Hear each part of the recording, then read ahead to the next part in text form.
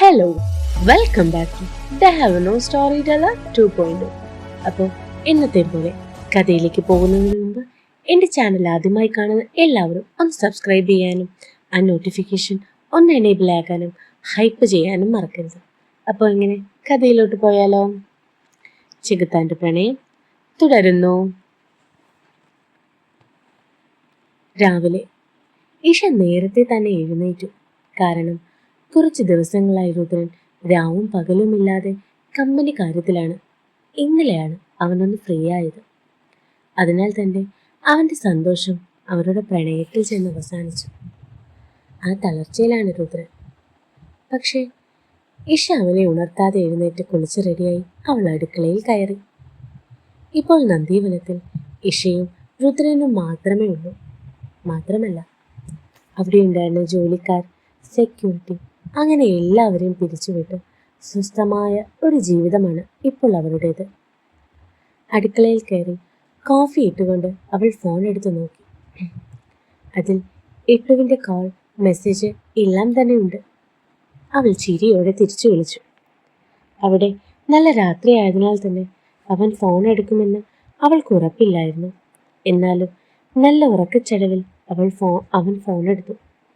അവർ തമ്മിൽ സംസാരിച്ചു കൊണ്ട് വെക്കുമ്പോൾ ഇഷയുടെ മനസ്സ് വല്ലാതെ വേദനിച്ചിരുന്നു. അങ്ങനെ അവൾ നിൽക്കുമ്പോഴാണ് രുദ്രൻ വന്ന് അവളെ ചേർത്ത് പിടിച്ച് കഴുത്തിൽ ചുണ്ടുകൾ അമർത്തിയത്. പെട്ടെന്നായതിനാൽ തന്നെ അവളൊന്ന് നീങ്ങിപ്പോയി.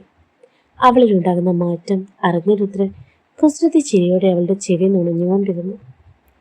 അവൻ്റെ കുസൃതികൾ ഇനിയും താങ്ങാൻ കഴിയില്ല എന്ന് ഉറപ്പായതിനാൽ തന്നെ ഇഷ അവനെ തള്ളി മാറ്റിക്കൊണ്ട് അവൾ അവൻ്റെ നെഞ്ചിൽ തല ചായ്ച്ചു നിന്നു. അവളുടെ ഓരോ മാറ്റങ്ങൾ കണ്ട് രുദ്രൻ ചിരിയോടെ അവളെ തന്നിലേക്ക് ഒന്നും കൂടെ ചേർത്ത് പിടിച്ചിട്ട് ഇഷ ഇഷ പതിയെ മൂളി. എന്തു പറ്റി? രുദ്രൻ പതിയെ ചോദിച്ചു. അതിനവളുടെ മറുപടി അവനിൽ പുഞ്ചിനി ഉയർത്തി. അത് ഇങ്ങനെയായിരുന്നു. I love you Rudra.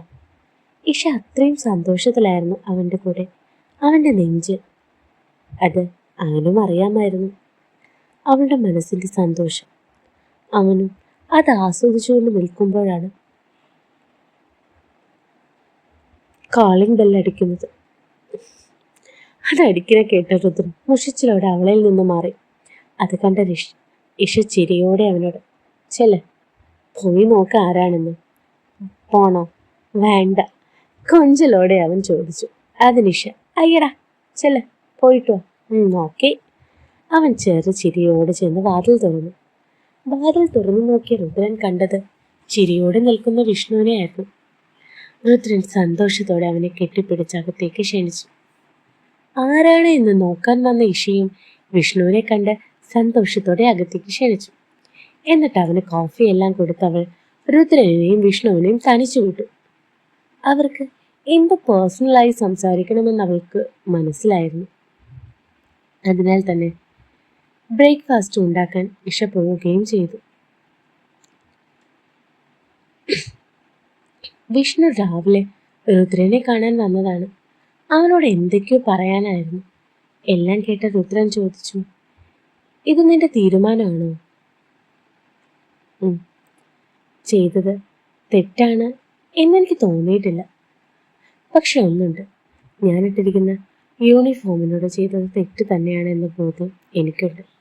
അതുകൊണ്ടാണ് ഇങ്ങനൊരു തീരുമാനം. വിഷ്ണു ഉറപ്പോടെ പറഞ്ഞു. ഞാൻ കാരണമാണോ?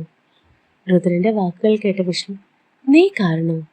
രുദ്ര, നമ്മൾ ഒരു അമ്മയുടെ വയറ്റിൽ ജനിച്ചില്ല എന്നേ ഉള്ളൂ. നീ എൻ്റെ സഹോദരൻ തന്നെയാണ്. എല്ലാം ചെയ്തത് നമുക്ക് വേണ്ടിയാണ്. അതുകൊണ്ടാണ് ഈ റീസൺ. മാത്രമല്ല, മുത്തുവിൻ്റെ ആഗ്രഹം മാത്രമാണ് എൻ്റെ ഈ യൂണിഫോം. എന്നിട്ട് അവരെ എനിക്ക് രക്ഷിക്കാൻ കഴിഞ്ഞില്ല.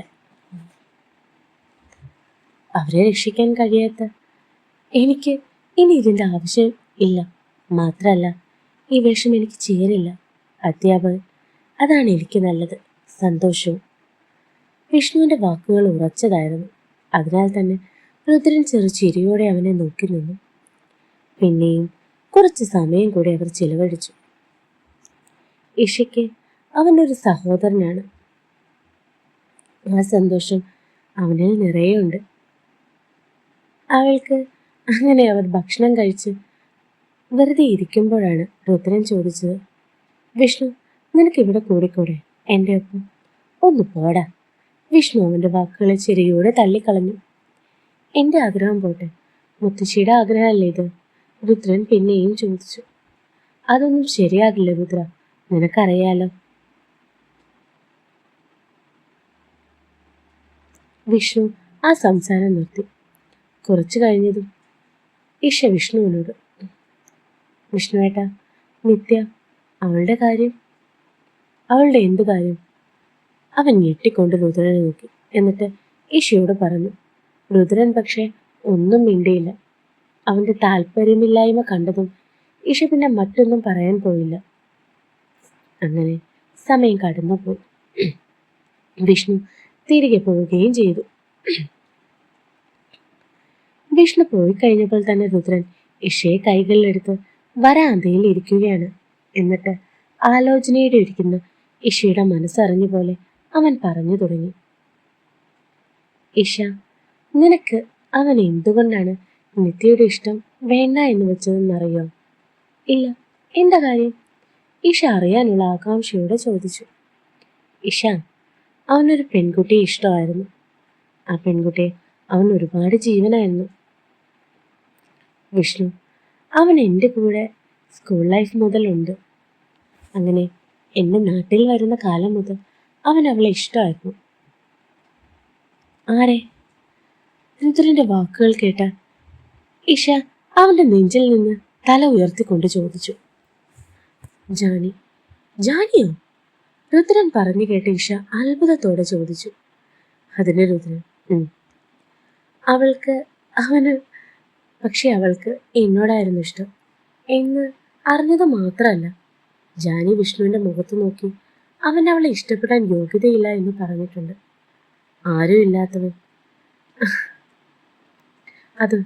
ആരുമില്ലാത്തവന് അത് പറഞ്ഞിട്ടില്ല എന്നാണ് അവളുടെ വാദം. അന്ന് ഇറങ്ങിയതാണ് ഈ വീട്ടിൽ നിന്നവൻ. അതുവരെ ഇവിടെയായിരുന്നവൻ. അതിനുശേഷം ഞങ്ങൾ പല രീതിയിൽ നോക്കി, പക്ഷെ അവൻ ഒന്നിനും തയ്യാറായില്ല എന്നതാണ് സത്യം. രുദ്രൻ പറയുന്ന കേട്ടിട്ടും സംശയത്തോടെ തന്നെ ഇഷ, അപ്പോൾ നിത്യ, അവളോ? നിത്യ, അത് അവൻ ജാനിയെ ഇഷ്ടപ്പെടുമ്പോൾ ആരോടും പറയാൻ പോലും പറ്റാതെ നിത്യയുടെ ഉള്ളിൽ വിഷ്ണുവിനോടുള്ള ഇഷ്ടമുണ്ടായിരുന്നുവെന്ന് ഞാൻ അറിഞ്ഞപ്പോൾ വൈകി. പിന്നെ ഇത് അവരുടെ ജീവിതമാണ്. ഞാൻ പറഞ്ഞതുകൊണ്ടല്ല അവർ ജീവിക്കേണ്ടത്. അതുകൊണ്ട് തന്നെ വിഷ്ണുവിനോട് ഞാൻ ഒന്നും തന്നെ ഇതിനെപ്പറ്റി പറയാൻ പോയിട്ടില്ല. നമ്മളിതിൽ ഇടപെടുകയും വേണ്ട, കേട്ടാ? രുദ്രൻ അത്രയും പറഞ്ഞിട്ടും ഇഷ എന്തോ പറയാൻ തുടങ്ങിയതും അവൻ അവളെ അതിന് സമ്മതിക്കാതെ അവളുടെ ചുണ്ടുകൾ സ്വന്തമാക്കി. അവനൊന്ന് പതറിയെങ്കിലും ഇഷ അവനെ നോക്കിക്കൊണ്ട് ആ ചുംബനത്തിൽ പങ്കുചേർന്നു. രുദ്രന്റെ അടുത്തു നിന്ന് വന്ന വിഷ്ണു തൻ്റെ റൂമിലിരുന്ന് ബുക്കുകൾ വായിച്ചിരിക്കുകയാണ്. അപ്പോഴാണ് റൂമിന് പുറത്ത് ആരോ തട്ടുന്നത് കേട്ട് വിഷ്ണു ചെന്ന് വാതിൽ തുറന്നു. വാതിൽ തുറന്ന വിഷ്ണു നിത്യയെ കണ്ട് മനസ്സിലാകാത്തതുപോലെ, നിത്യ, നീ എന്താ ഇവിടെ? എന്താ, എനിക്ക് വന്നോടെ? അതിനവൾ എതിർക്കുന്നത് പോലെ മറുപടി പറഞ്ഞു. കാരണം അവനറിയാം നിത്യ എന്തിനു വേണ്ടിയാണ് വന്നത് എന്ന് തന്നെ. പക്ഷേ അവന് അവളോടുള്ള സമീപനം അത് അവളുടെ എല്ലാ കൺട്രോളുകളും നഷ്ടപ്പെടുത്തുകയായിരുന്നു.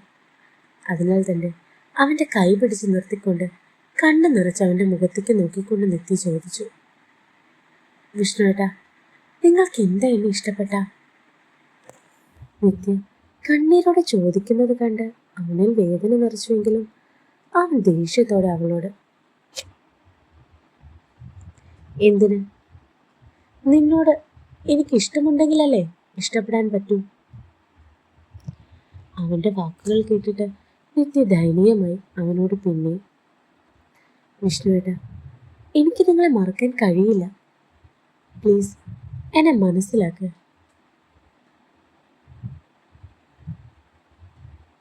പറ്റില്ല. അവൻ ദേഷ്യത്തിൽ പറയാൻ തുടങ്ങിയതും പെട്ടെന്ന് വിഷ്ണു ചിന്തിക്കുന്നതിന് മുമ്പ് അവൾ അവൻ്റെ ചുണ്ടുകളിൽ ചുണ്ടു ചേർത്തിരുന്നു. ഞെട്ടി നിൽക്കുന്ന അവനെ ചുംബിക്കുമ്പോൾ അവളുടെ വേദനയെ അറിയിക്കാൻ എന്ന പോലെ നെറ്റിയുടെ കണ്ണിൽ നിന്നും കണ്ണുനീർ തുള്ളി അവൻ്റെ ചുണ്ടിലേക്ക് വീണു. സെക്കൻഡുകൾ കൊണ്ട് വിഷ്ണു പെട്ടെന്ന് സംയമനം വീണ്ടും എടുത്തുകൊണ്ട് വിഷ്ണു ദേഷ്യത്തിൽ അവളെ തള്ളി മാറ്റുകയും ഒപ്പം അവളുടെ കവിളിൽ ആഞ്ഞടിക്കുകയും ചെയ്തു. അത്ര ഫലമായി തന്നെ. തുടരുന്നു. നോക്കാം വിഷ്ണുവും നിത്യയും ഒന്നാകുമോ എന്ന്, അല്ലേ?